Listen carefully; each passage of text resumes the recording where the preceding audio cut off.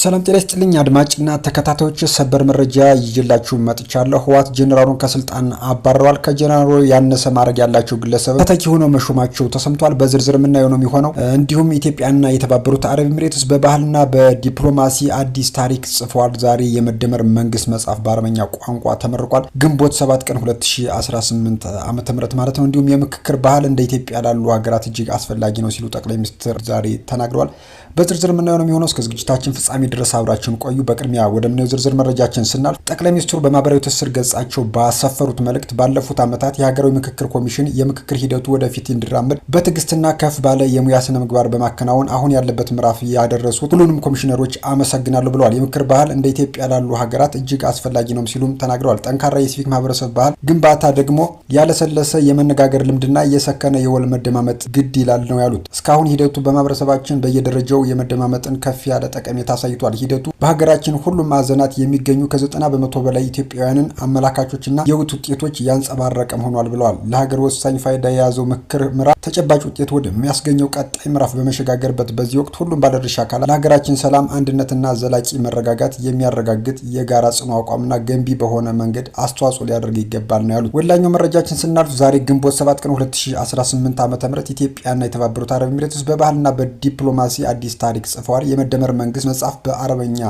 ቋንቋ ተመርቋል ማለት ነው። በተባበሩት አረብ ኤሚሬትስ የአቡ ዳቢ ከተማ የፌዴራል ጠቅላይ ሚኒስትር ዶክተር አብይ አህመድ የፍልስፍናና የመንግስት አስተዳደር እሳቤ የሰፈረበት መደመር መንግስት መጽሐፍ የአረበኛ ትርጉም በደመቀ ሁኔታ ተመርቋል። በአቡ ዳቢ ኢንተርኮንቲኔንታል ሆቴል በተካሄደው በዚህ ደማቅ ስነስርዓት የኤሚሬትስ የውጭ ጉዳይ ሚኒስትር ዴታ ክቡር ሼህ ሻክቡት ቢንና ናህያን አል ናህያን፣ የፍትህ ሚኒስትር ክቡር አብዱላሂ ሱልጣን ቢን አውድና ኑማይል ጨምሮ ከፍተኛ የመንግስት የስራ ኃላፊዎች፣ የውጭ አምባሳደሮችና የዲፕሎማቲክ ማህበረሰብ አባላትም ታድመውበታል። በዕለቱ ንግግር ያደረጉት ክቡር ሼህ ሻክቡት ቢን ናይል ኤሚሬትስ ከኢትዮጵያ ጋር ያላት ሁለንተናዊ ስትራቴጂካዊ ግንኙነት ይበልጥ ማጠናከር ቁርጠኛ መሆኗንም ገልጸዋል። ይህ መጽሐፍ ምረቃን በሁለቱ ህዝቦች መካከል ያለውን የባህልና የሀሳብ ትስስር ወደ አዲስ ምዕራፍ እንደሚያሸጋግርም አክለዋል። በተባበሩት አረብ ኤሚሬትስ የፌዴራል ባለሙሉ ስልጣን አምባሳደር ክቡር ዶክተር ጀማል በኩር አብዱላ በበኩላቸው መጽሐፉ ወደ አረበኛ መተርጉሙ የአረበኛ ተናጋሪ ዓለም ኢትዮጵያውያን ወቅታዊ የፖለቲካ ፍልስፍናና የልማት ራዕይ በቀጥታ እንዲረዳ ትልቅ እድል እንደሚፈጥርም ገልጸዋል። ታዋቂ ምሁር ፕሮፌሰር አደም ካሚል የመጽሐፉን ይዘትና ፋይዳ ለታዳሚዎች በዝርዝርም አቅርበዋል። ወደ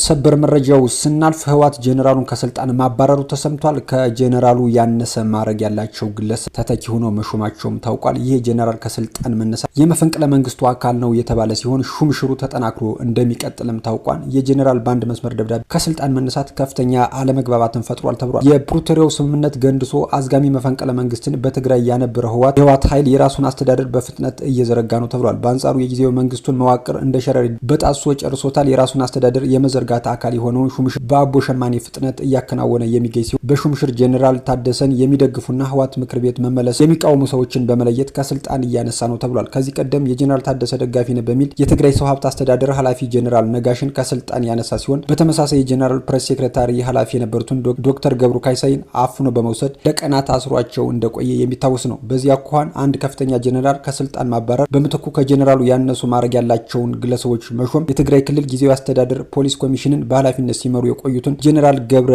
ዲላ ናቸው ከስልጣን የተባረሩት። ጄኔራሉ ያለምንም ቅድመ ሁኔታ የጊዜያዊ መንግስቱ አስተዳደር ደጋፊ በመሆናቸው ብቻ ነው ከኃላፊነታቸው የተነሱት ተብሏል። ጄኔራል ገብረ ዲላ ከስልጣን እንዲነሱ ከተደረጉ በኋላ ህወሓት የራሱን ኮሚሽነር መሰየሙ ተሰምቷል። አዲስ ህወሓት መራሽ አስተዳደር ፖሊስ ኮሚሽነር የህገወጥ ስዩም መሆናቸውን ከመቀሌ የወጡ መረጃዎች ያመለክታሉ።